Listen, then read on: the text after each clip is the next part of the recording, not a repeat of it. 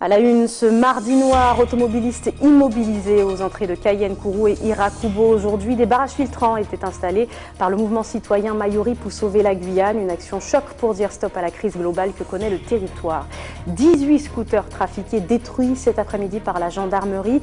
Des deux roues saisies en décembre dernier lors d'un tirage à Maturi. Plusieurs propriétaires des engins ont manifesté leur colère. Et puis, première étape du concours académique de mathématiques. Ils étaient nombreux ce matin à plancher sur les épreuves du CM1 à la première.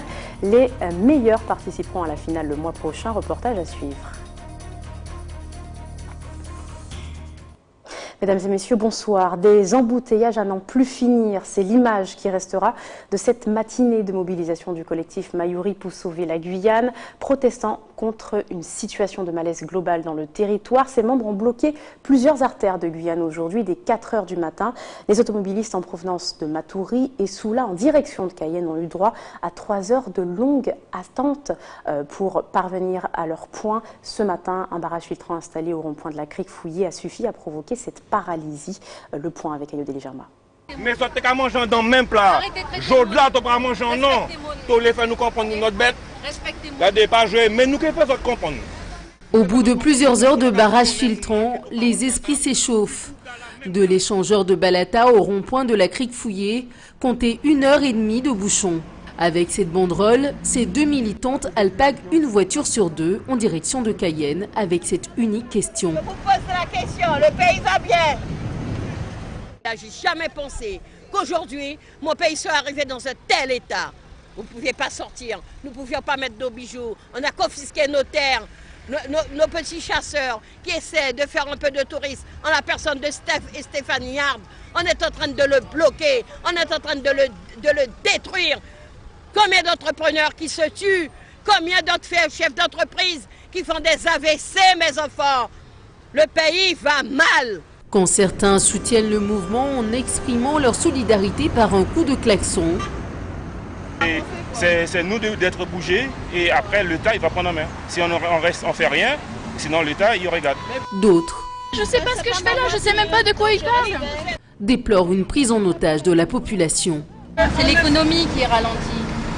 C'est pas les gens qui sont là qu'il faut ralentir. Les gens sont informés, ils souffrent aussi. Ils souffrent aussi. Vous voyez, ce matin, les agriculteurs, on se rejoint à l'agence de services et de paiement. Et là, on va bloquer parce qu'il y a des difficultés. On n'est pas là dans la rue. On pourrait le faire, on pourrait mettre un tracteur là et bloquer. Mais on ne le fait pas parce qu'on pense à la population. Mais le mouvement citoyen-citoyenne affirme assumer le mécontentement qu'il provoque pour la bonne cause. L'insécurité, les problèmes du foncier, la situation sociale, les malaises au sein de l'éducation. On dénonce tout ce qui ne va pas dans le pays. Il y a un ras-le-bol général. Par conséquent, nous souhaitons que cela cesse. Et cela ne peut cesser que si nous nous manifestons. Je dis que dès lors qu'on se lance dans un combat, on prend toujours le risque d'être impopulaire. Mais ce risque-là, nous l'assumons.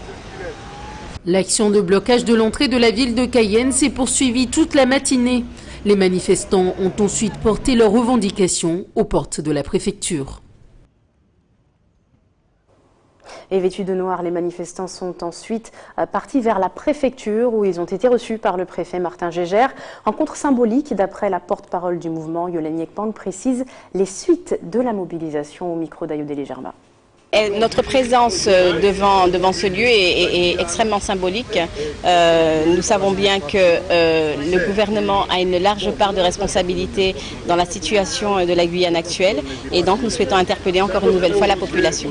Ça prend tout son sens quand je parle de mouvement citoyen, de mobilisation populaire. C'est de ça dont je veux parler, c'est-à-dire que tout un chacun aujourd'hui doit être conscient qu'il a un rôle à jouer. Le peuple a un pouvoir et il faut qu'il se saisisse de ce pouvoir. La société guyanaise vu une espèce de déchéance fulgurante. La population pour l'instant est entre guillemets en état de choc puisque cela fait un certain temps que nous ne nous étions pas mobilisés. C'est vrai qu'il y a encore une grande crainte parce que les questions qui nous sont posées concernent l'avenir.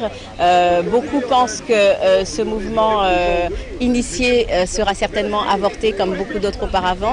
Alors à cette crainte, ce que je souhaite dire c'est que nous sommes tous concernés par l'avenir du pays et qu'il faut que nous nous mobilisions si nous souhaitons la réussite de ce mouvement, si nous souhaitons surtout si nous souhaitons être entendus des grandes instances. Demain, il y a une assemblée, une conférence de presse qui aura lieu à 16h à l'hôtel Montjoyeux-les-Vagues sur la route de Montabaur.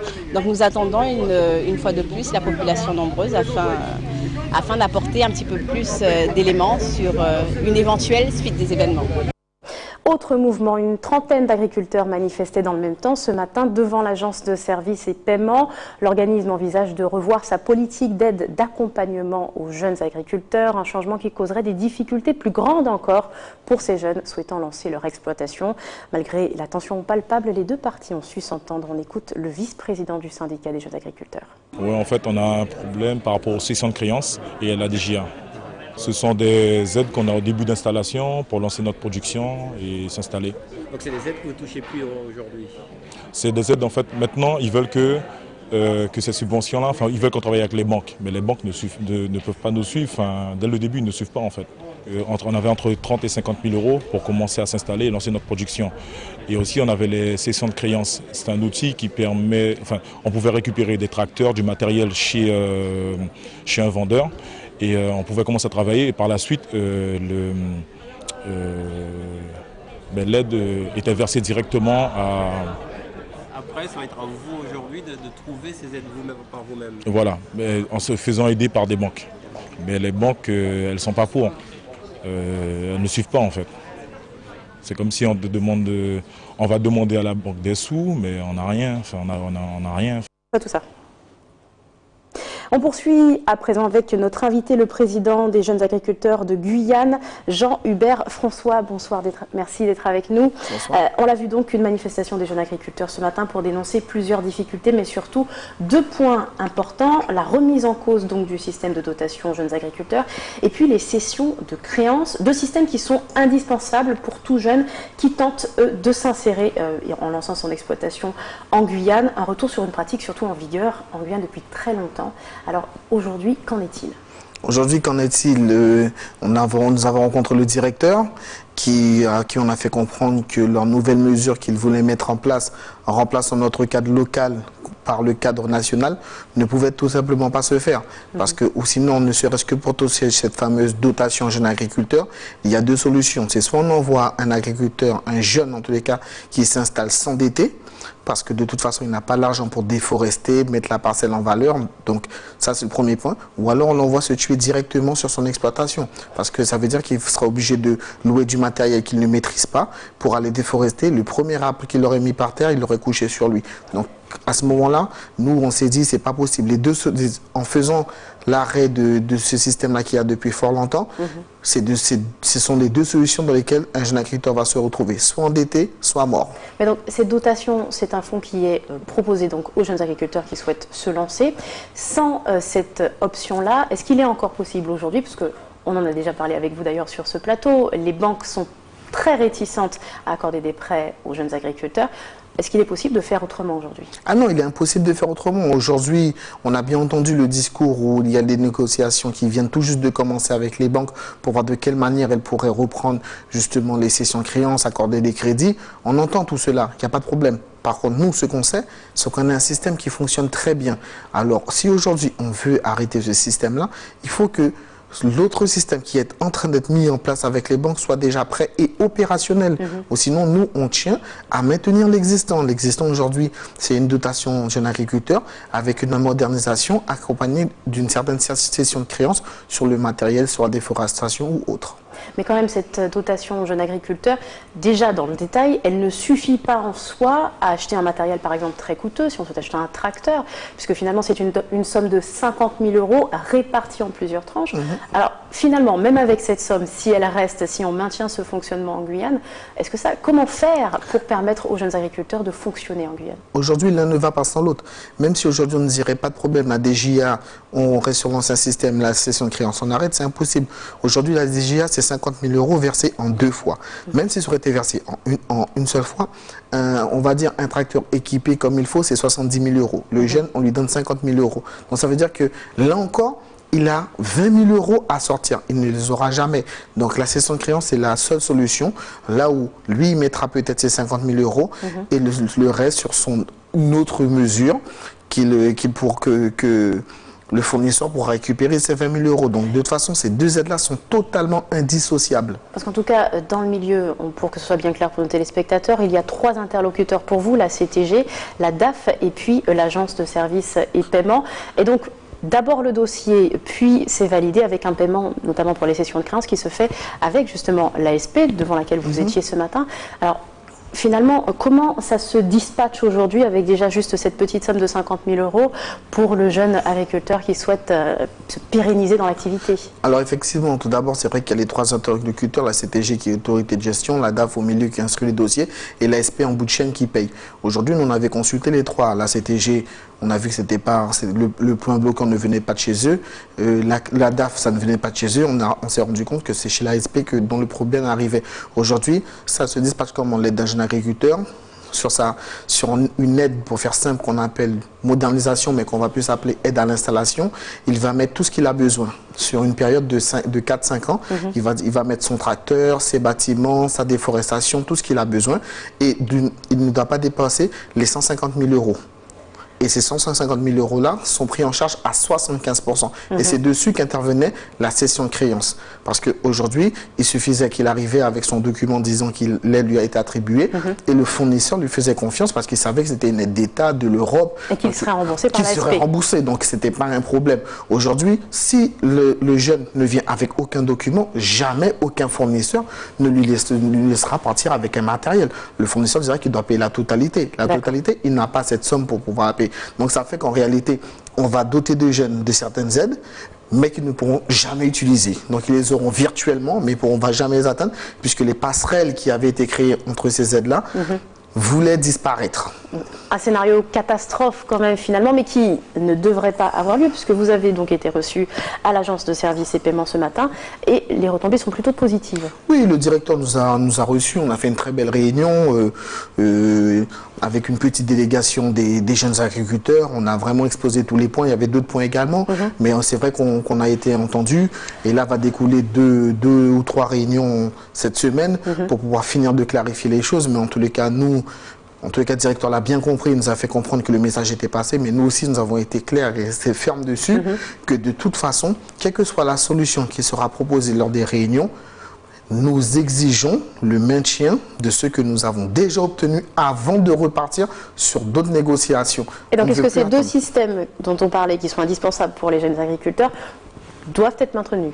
Ah oui, pour nous, malgré que les réunions n'ont pas encore lieu, mais je le dis clairement, pour nous, ces 2 systèmes sont maintenus jusqu'à ce qu'il y ait négociation avec les banques et jusqu'à ce que les banques soient d'accord pour reprendre le système de 500 créances.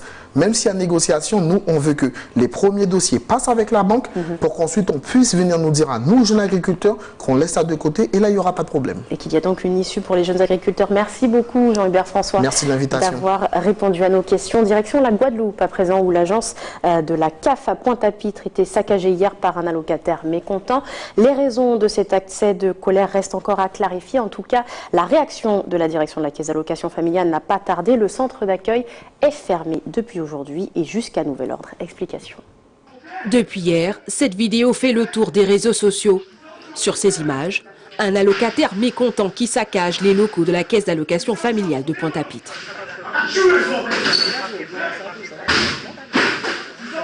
Alors hier, effectivement, nous avons donc un allocataire qui s'est présenté à notre agence. L'agent d'accueil a voulu savoir effectivement quels étaient les motifs de sa visite. Il n'a pas répondu et en fait avec une canne il s'est mis un peu à tout casser. C'est vrai que ce n'est pas la première fois que nous avons, comme dans tous les accueils publics, des incidents, mais celui-là effectivement il a été particulièrement grave et violent. Depuis, une cellule d'aide psychologique a été mise en place pour prendre en charge le personnel extrêmement choqué. Et des mesures supplémentaires de sécurité seront prises, avec notamment une présence accrue d'agents de sécurité. En ce qui concerne les problèmes de sécurité, sur lesquels on avait déjà fait quand même des efforts importants, et notamment, vous devez savoir que dans nos centres, les agents sont tous dans des box sécurisées. Nous sommes un des rares services publics où l'agent n'est pas en contact direct avec l'allocataire qu'il reçoit. Mais on voit bien que ça ne garantit pas, je dirais, une sécurité à 100%. Donc, avec les agents, nous allons voir effectivement, qu'est-ce qu'on peut apporter de plus. En réaction, la direction de la Caisse d'allocation familiale a décidé de fermer l'agence au public. Une plainte a par ailleurs été déposée, sorte d'avertissement envoyé aux allocataires agressifs et irrespectueux des règles. Retour chez nous, la gendarmerie procédait cet après-midi à la destruction de 18 scooters trafiqués. Les engins avaient été saisis début décembre lors d'une course sauvage à Matoury. Plusieurs jeunes propriétaires de ces deux roues ont manifesté devant la gendarmerie de la Madeleine. On écoute le commandant de gendarmerie de Matoury au micro de Caroline Elcide. Il est important de marquer les esprits. Aujourd'hui, on détruit 18 scooters qui avaient été saisis le 5 décembre lors d'une opération d'envergure à Paramana, où on avait remarqué, on avait contrôlé et on avait observé des tirages successifs de cyclomoteurs avec des engins qui ont été étalonnés jusqu'à 200 km/h. Donc il faut marquer les esprits. Les tirages sont interdits. Il y a eu 2 morts en 2016. Demandez aux familles de ces morts si ce qu'on a fait aujourd'hui n'est pas bien. Je doute fort qu'elles soient contre nous. Elles doivent être avec nous et je le sais. Beaucoup de personnes sont avec nous et il faut mettre fin à ce genre de tirage. Les jeunes sont en insécurité, ils sont sans casque. Ils sont sans lumière, sur des engins qui sont modifiés et qui montent à des vitesses phénoménales. Si des tirages recommencent encore sur Matoury, l'île de Cayenne ou Macouria, on procédera à de nouvelles opérations. On a du renseignement, on sait faire et on recommence. C'était ma 3e opération pour moi. On avait déjà saisi de nombreux véhicules, mais pas autant et pas des engins aussi développés dans la modification pour atteindre des vitesses de 200 km/h. Ça, c'était la première fois. Ce sont des milliers d'euros. Je comprends qu'il y a eu beaucoup de dépenses, mais les jeunes doivent comprendre qu'ils se mettent en insécurité et moi, je dois protéger la population. Il est hors de question qu'on ait encore des morts sur la route avec des engins comme ça. Et qui plus est, au-delà de se tuer eux-mêmes, ils peuvent tuer les gens qui arrivent en face. Parce qu'on a vu des voitures les éviter de peu, je vous rappelle, ils sont sans casque et sans lumière. Ils ont su qu'il y avait cette destruction aujourd'hui. Tout ce qu'on fait est légal. Les engins ont été mis en fourrière. Un expert les a expertisés et a vu qu'ils ne pouvaient être que détruits, ne pouvaient pas être remis aux normes. Donc il y a eu un ordre de destruction émanant de la préfecture et c'est à quoi on procède aujourd'hui. On poursuit avec un peu de réflexion. Les épreuves de mathématiques se sont déroulées dans plusieurs établissements de Guyane ce matin. Étape éliminatoire du rallye académique. Une équipe sera sélectionnée dans chaque établissement selon les résultats pour participer à la finale les 22 et 29 mars prochains. Compétition qui concerne tous les niveaux d'études du CM1 à la première. Jonathan Lariot. Dans cette salle de classe, la calculatrice est pour tous le meilleur des amis. Sur chaque table, les élèves tapent encore et encore les calculs qu'ils ont sous leurs yeux. Et même avec cet outil, arriver à la bonne réponse n'est pas aussi simple. C'est compliqué parce qu'on n'arrive pas à comprendre un peu. Mais heureusement, 3 cerveaux valent mieux qu'un. Ici, c'est par équipe de 3 que se lancent les élèves. Face à eux, l'épreuve du rallye des mathématiques. Et devant tant de chiffres, la possibilité d'être à plusieurs est la bienvenue. Si je ne sais pas une réponse, je peux demander à Shakira ou à Isadora. Elles vont m'aider, c'est plus facile. En fait, on a une équipe pour échanger entre nous, pour voir les différents points, parce que tout le monde peut avoir un avis différent sur une même question. Et à 15 minutes de la fin, les premières copies arrivent. On se partageait les tâches équitablement et chacun faisait son calcul et expliquait aux autres sa façon. On a eu le temps avec nos 3 cerveaux de finir en 40 minutes. Mais le défi reste de taille et pour certains, un peu plus de temps n'aurait pas été de refus. C'était compliqué, il nous restait un dernier exercice à terminer, mais voilà, enfin, ça a sonné et puis voilà. Cette épreuve réunit par plusieurs catégories les meilleurs matheux du collège au lycée dans plusieurs établissements du département. Aujourd'hui, c'est le premier jour de test, une épreuve de qualification, énigmes, casse-tête et problèmes en tout genre. Les élèves ont eu fort à faire. Pour résoudre un problème, il n'y a pas qu'une façon. Le voisin peut avoir pensé à une idée que l'autre n'a pas. Après, ce sont des visions différentes. Donc il y avait un exercice là qui n'était pas, qu'on pouvait résoudre de plusieurs façons et même par découpage collage. Donc si un élève a cette idée de manipuler, de découper, coller, c'était possible en fait. Il n'y a pas que des formules, il n'y a pas que des calculs. Comme je dis, c'est une façon de voir les choses, c'est une façon de penser, logique. L'heure est maintenant à la correction des copies. Une équipe par établissement sera choisie afin de participer à la finale académique au mois de mars. Place maintenant à la musique avec la Nuit des Talents 2017 à Fort-de-France, grand concours de chant qui s'est tenu le week-end dernier. Le parc Aimé Césaire a vibré au rythme du gospel. La grande lauréate de cette édition, Malika Ferdinand, a su transporter le jury dans son univers. Reportage Ruth Fortuna. Le lauréat de la Nuit des Talents 2017 est Malika Ferdinand. Sa voix a fait la différence. Malika a su tirer son épingle du jeu dans l'interprétation du chant Océan. Tu es mon roi, je ne craindrai rien. Seigneur, j'invoque ton grand nom. La Spéritaine de 24 ans est passionnée de gospel depuis son plus jeune âge. Cette victoire sonne comme un aboutissement. Je ne sais pas quoi dire. Je ne sais pas du tout quoi dire. Je suis vraiment contente. Et je me dis que c'est surtout que je n'aurais pas pu y arriver seule. On a eu de super coachs, de super encouragements, de bons conseils. Donc, et puis merci Dieu aussi. Donc voilà. Très contente parce que j'ai souffert en même temps qu'elle. Toutes les répétitions, rentrer tard. Enfin, maintenant, ça a récompensé. J'ai été très surprise déjà sa présentation parce qu'elle a parlé de son papa, qui est mon frère, effectivement, qu'on a perdu récemment. Et puis, vu la qualité de la prestation de tous les enfants. À la clé de ce concours, la production d'un album dans un grand studio au Canada. Prendre le temps de s'asseoir, de voir quelles sont ses attentes, où est-ce qu'elle veut aller. Et à partir de là, on va établir de bonnes fondations pour pouvoir commencer à construire pour que d'ici l'année prochaine, son album puisse sortir. Le jury devait départager pas moins de 11 candidats. Les délibérations n'ont pas été faciles, mais il a bien fallu trancher. Exactement ce qu'on disait en tout début pendant les entr'actes, c'était extrêmement difficile parce que autant de candidats avec autant de talent, franchement, le choix était difficile. Il y avait une diversité dans les voix, il y avait une diversité dans l'interprétation de chacun. Ma foi, je pense qu'il faut tous les garder sous la main et voir comment ils évoluent, parce que la Martinique a besoin de ces talents. Je ne réalise que Dieu n'a jamais cessé d'être avec moi. Le public venu en nombre a lui aussi été conquis. Un sentiment d'émerveillement face à ces merveilleux talents, tous ces jeunes qui se sont donnés au maximum. Elle a été au-dessus de toutes les voix qui étaient présentées. Cette nouvelle édition de la Nuit des Talents confirme l'engouement grandissant de la scène gospel chez nous. Rendez-vous l'année prochaine. Viens de toi, mon aile, viens de toi, mon aile, viens de toi. C'est la fin de ce journal. Je vous rappelle l'essentiel de l'actualité développée ce soir avec ce mardi noir. Les automobilistes immobilisés aux entrées de Cayenne-Kourou et Irakubo. Des barrages filtrants étaient installés par le mouvement citoyen Mayuri pour sauver la Guyane. Action pour dire stop à la crise globale que connaît le territoire. 18 scooters trafiqués détruits cet après-midi par la gendarmerie. Des deux roues saisies en décembre dernier lors d'un tirage à Matoury. Plusieurs propriétaires d'engins ont également manifesté leur colère. Et puis, première étape du concours académique de mathématiques. Ils étaient nombreux ce matin à plancher sur les épreuves du collège au lycée. Les meilleurs participeront à la finale les 22 et 28 mars prochains.